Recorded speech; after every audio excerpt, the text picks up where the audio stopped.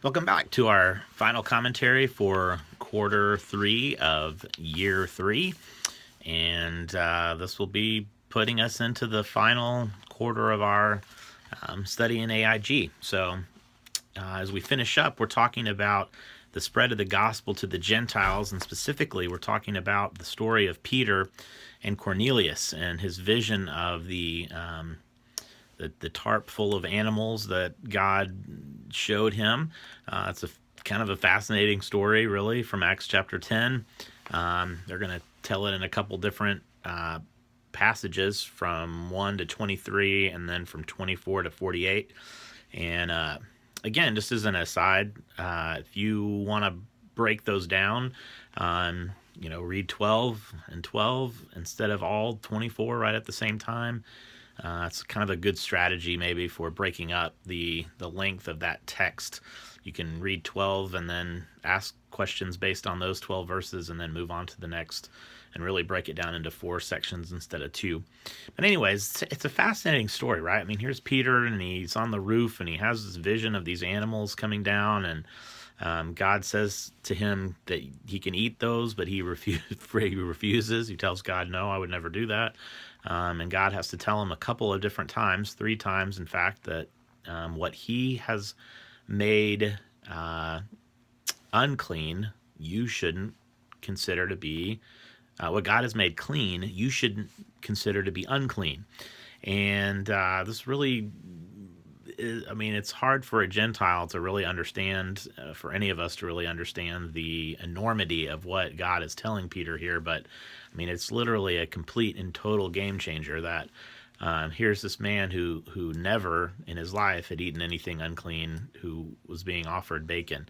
That must have been an amazingly huge transition in his life. And that's why in Acts chapter 15, we're going to get to the Jerusalem Council, because the Jews are trying to figure out how all this works.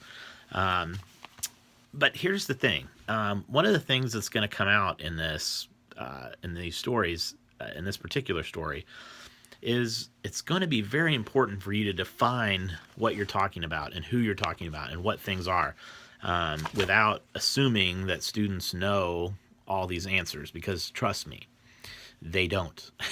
So what is a Gentile? You might want to make sure that they understand that. Why was this all so special? What in our own culture could you equate this to? I don't even know. You might have a hard time figuring this out. What's a cloven hoof? What kinds of animals here is God refusing for them to eat? Why are there these laws? Why are there these laws? Why do they? Why does God tell them that they can and can't eat certain things? You can, in the text, they give you great reasons. Disease being one of those. Distinction between the Jews and other nations. Why don't we do this today? There's a worksheet on this. You can choose to use that if you'd like. It is important to talk about in this section some level of dispensational attitude, because it's going to be a huge question. Why do we follow some of the Old Testament laws seemingly, but not other ones? Why do we always bring up certain ones and say, oh, see, the Old Testament says we shouldn't do that, and then with certain other ones we think it's okay? Like, why isn't it okay to be a homosexual, but why is it okay for us to shave the edges of our beard? Those kinds of things. So you might want to talk a little bit about this attitude that God has different ways of dealing with man during different ages.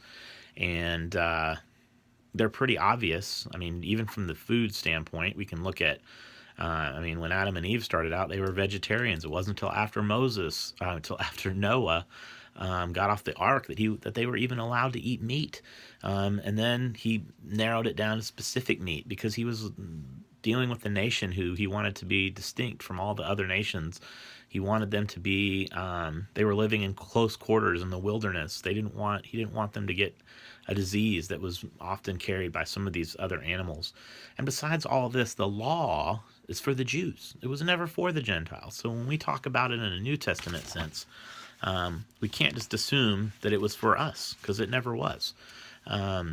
All the things that we need from the law are reiterated in the New Testament. They're under the law of Christ. Jesus reiterated 9 of the 10 commandments in the New Testament. The only one he didn't reiterate was the Sabbath. We don't even worship on the Sabbath. We make things up about taking a Sabbath or having a rest, but the reality of it is that we don't worship on the Sabbath. we worship on Sunday. So, but all the other things that we would need, that we take for our moral and lifestyle living, are also reiterated in the New Testament. So, you don't need to make arguments based on the Old Testament, because all of them are reiterated in the New Testament. So it's all there. So this is an interesting lesson. Should remind us again that a lot of times we categorize people in different ways, and we want to make ourselves feel better because we're Christians and they're not, or we go to this church and they don't go, they go to that church, or whatever it is. But just like Peter was challenged to break down those walls, in many ways we're challenged to do the same thing in our day and age, to allow ourselves to remain open to sharing Christ with people who we consider to be outsiders. So make sure you lay that on them and focus on that as you teach this lesson this week. Thanks a lot, teachers. It's been a great quarter. Thank you for keeping me on track. Thank you for all the hard work that you do, and looking forward to a great summer. Thanks.